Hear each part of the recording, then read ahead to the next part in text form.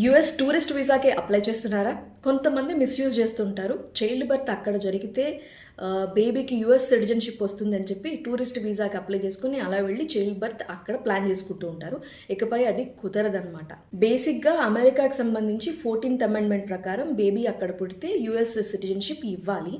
కానీ ఈ లూప్ హోల్ని చాలామంది మిస్యూజ్ చేస్తున్నారు. సో దీన్ని కంప్లీట్గా బ్లాక్ చేయాలి, అలా మిస్యూజ్ అవ్వకుండా చూడాలి అని చెప్పి యుఎస్ గవర్నమెంట్ భావిస్తోంది. యుఎస్ ఎంబసీ సీరియస్ వార్నింగ్ ఇచ్చింది, ఎక్స్లో పోస్ట్ చేసింది, దిస్ ఈజ్ నాట్ పర్మిటెడ్ అని చెప్పి. మీరు యుఎస్కి వెళ్ళాలనుకుంటున్న పర్పస్ బర్త్ టూరిజం అనిపిస్తే, అంటే బేబీకి సిటిజన్షిప్ కోసం టూరిస్ట్ వీసాకి అప్లై చేస్తున్నారు అని ఏమాత్రం డౌట్ వచ్చినా కూడా మీ వీసాని డైరెక్ట్గా డినై చేస్తారు. ఇది వీసా ఫ్రీ కంట్రీస్ ఉన్నాయి కదా, వీసా లేకుండా అమెరికాకి వెళ్ళే countries Australia, Germany, UK, Japan, ఈ కంట్రీస్ కూడా వర్తిస్తుంది. బర్త్ టూరిజం అని వాళ్ళకి డౌట్ వస్తే ఆ వీసా అప్లికేషన్ని ఇమీడియట్గా రిజెక్ట్ చేస్తారు. అంతేకాదు, మీరు వీసాకి అప్లై చేస్తున్నారంటే మీ సోషల్ మీడియా మీద కూడా స్ట్రిక్ట్గా స్క్రూటినీ ఉండబోతోంది.